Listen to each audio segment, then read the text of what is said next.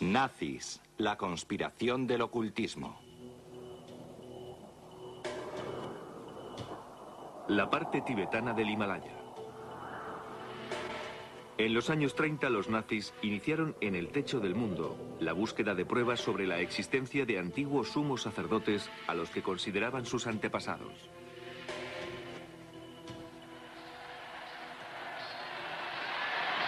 La creencia nazi en estos antepasados tenía como fundamento el establecimiento de las bases de una nueva religión en Alemania, una religión con Adolf Hitler como sumo sacerdote. Como inspiradora de la nociva cruzada de Hitler, existía la creencia de que la pureza de la sangre aria estaba siendo contaminada por las denominadas razas inferiores, y que una vez libre de elementos extraños, una nueva raza de superhombres arios gobernarían el mundo. Esta era la interpretación nazi de antiguos mitos, en un culto al creador que se remonta a miles de años en el pasado.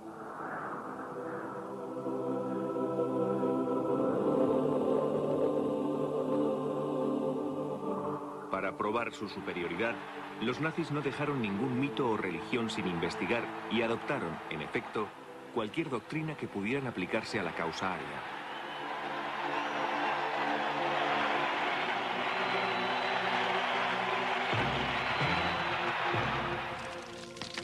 Como fundamento de esta nueva doctrina, Hitler necesitaba eliminar a las otras religiones rivales. Para conseguir el control absoluto, Hitler, además de utilizar el poder del mito, se sirvió del ritual cristiano. Su círculo de amistades, muy vinculado al ocultismo, le ayudaría a alcanzar sus metas. Entre ellos se encontraba el ayudante del Führer, Rudolf Hess, cuya correspondencia revelaba una gran devoción a la astrología y a la interpretación de las estrellas. Alfred Rosenberg, el canciller nazi de filosofía y educación que escribió el libro que explicaba los principios de la religión nazi. Joseph Goebbels, ministro de propaganda de Hitler, cuyos diarios dejan constancia del uso que hacía de los pronósticos astrológicos para planificar la guerra contra los aliados. Y Heinrich Himmler, jefe de las SS y responsable de los campos de exterminio, cuyos documentos personales revelan que fue el maestro del ocultismo del Tercer Reich y en el fondo el artífice de la nueva religión nazi.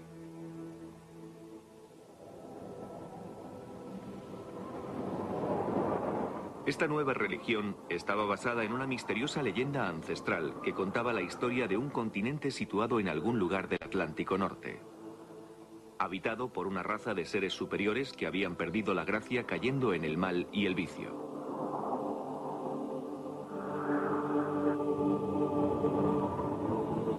Una gran inundación borró a estos seres de la faz de la tierra.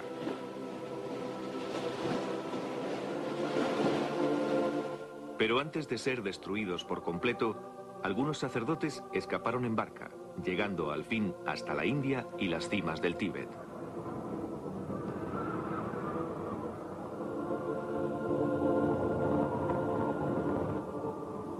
Los místicos tenían la creencia de que estos sacerdotes que lograron huir eran el origen de la raza aria elegida por Dios, de la que descendían todos los pueblos de Asia y Europa.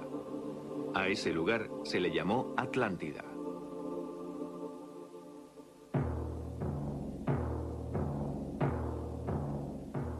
Algunos místicos germanos sostuvieron que la leyenda de la Atlántida era una historia auténtica y probaron que los arios fueron el pueblo elegido, descendiente de los seres superiores de la Atlántida que habían perdido sus poderes al mezclarse con simples mortales.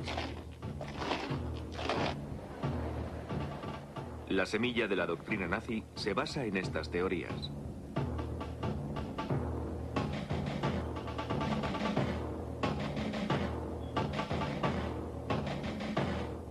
El jefe de las SS, Heinrich Himmler, un acérrimo nacionalista, fue el encargado de probar que los pueblos germánicos eran los descendientes de la raza superior aria.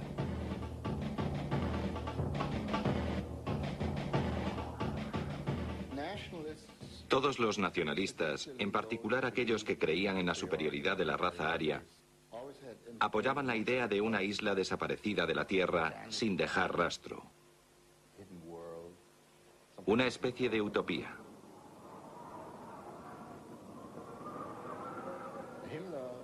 Hitler centró la búsqueda de esa raza superior en el Tíbet, la raza superior de la Atlántida, como a Hitler le gustaba llamarla, cuyos descendientes podrían aún seguir viviendo en las montañas del Tíbet. Himmler creía en la autenticidad de la misteriosa leyenda de la Atlántida, que los míticos seres superiores de aquella isla al final habían conseguido llegar desde el Tíbet al norte de Europa y que sus descendientes eran los nórdicos o razas arias. Alemania.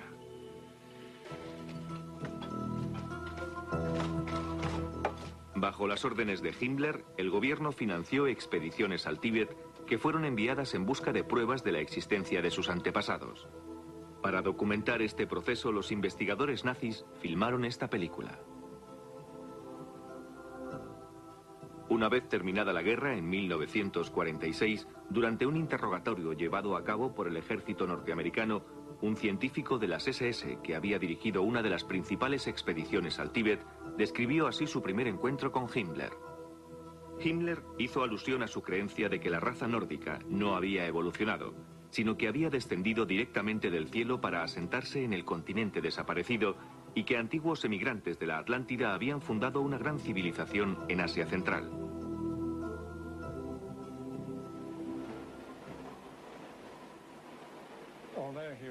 A pesar de ser muy racional en sus decisiones, Himmler también era un romántico idealista que creía con firmeza en los mitos. De lo contrario, nunca habría desperdiciado dinero, tiempo y energía enviando una expedición al Tíbet.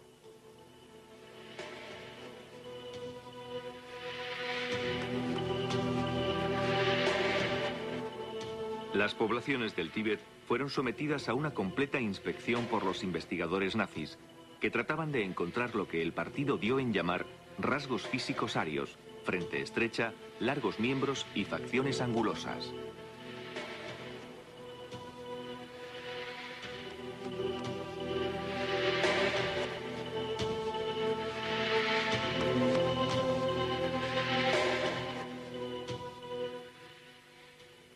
Por supuesto que esto fue en aumento hasta el estallido de la guerra. En esa época se dedicaron a realizar experimentos bastante inocentes con seres vivos. Me refiero a medir el cráneo de las personas, por ejemplo.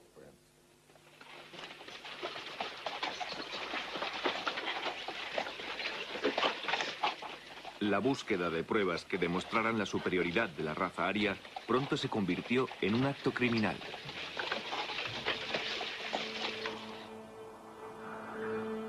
Los nazis comenzaron a sacrificar personas para experimentar con sus cuerpos.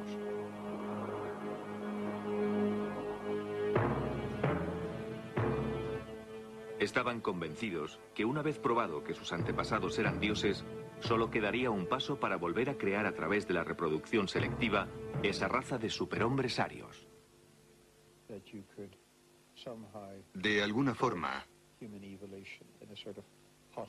intentaban forzar la evolución humana a través de una especie de semillero, seleccionando los padres de un niño, repitiendo más adelante el proceso con sus descendientes, hasta lograr por fin reproducir al superhombre profetizado por las teorías del ocultismo.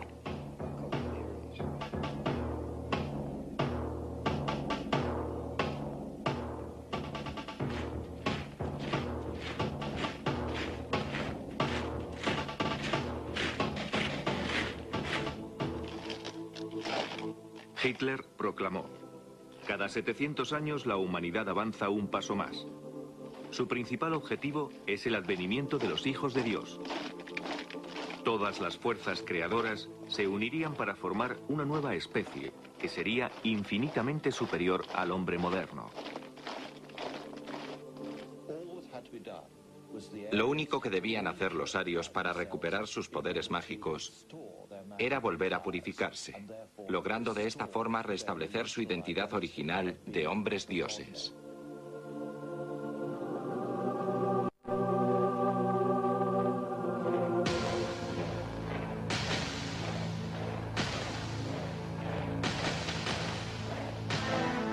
Los Los proveedores de crías fueron las SS. Himmler solo reclutaba a los más fuertes, a los mejor dotados y a los jóvenes que consideraba más apuestos. Altos, rubios y de ojos azules. Estos futuros guerreros debían estar bien educados y pertenecer a familias de pura raza aria. Los miembros de las SS eran por lo general guerreros bastante altos y bien dotados.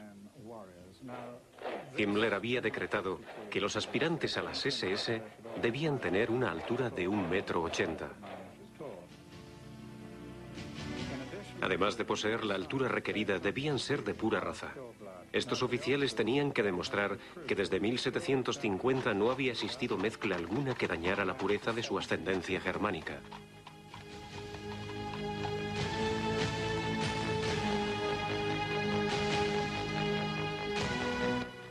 Los 3 millones de militantes que en su día tuvieron las SS de Himmler fueron animados a engendrar tantos hijos como les fuera posible, sin tener en cuenta su estado matrimonial.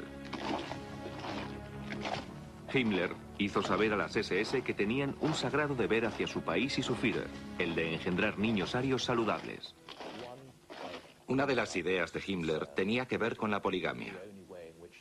En efecto, la única forma posible para crear con rapidez esa raza superior era el establecimiento de esa práctica, de manera que los hombres de las SS pudieran tener más de una esposa.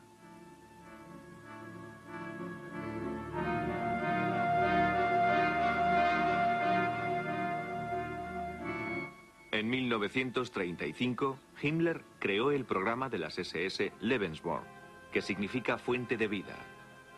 Este programa fue diseñado para facilitar el nacimiento, albergue y crianza de tantos niños de pura raza aria como fuera posible.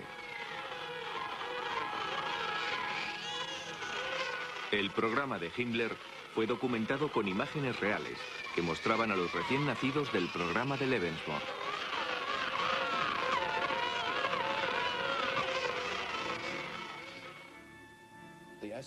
De hecho, el programa Lebensborn facilitaba a las jóvenes los servicios de los sementales de las SS.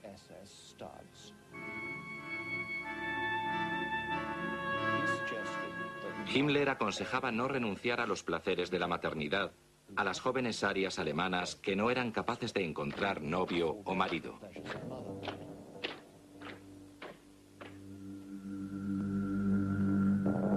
De acuerdo con la política del Lebensborn, un hijo ilegítimo no constituía una deshonra, siempre y cuando la madre cumpliera los requisitos genéticos. Se creía que la única función de las mujeres consistía en engendrar niños, cuyos descendientes, según el partido nazi, se convertirían en dioses. Se calcula que 11.000 niños Lebensborn nacieron entre 1935 y 1945. La mayoría de estos niños nunca conocieron a sus padres.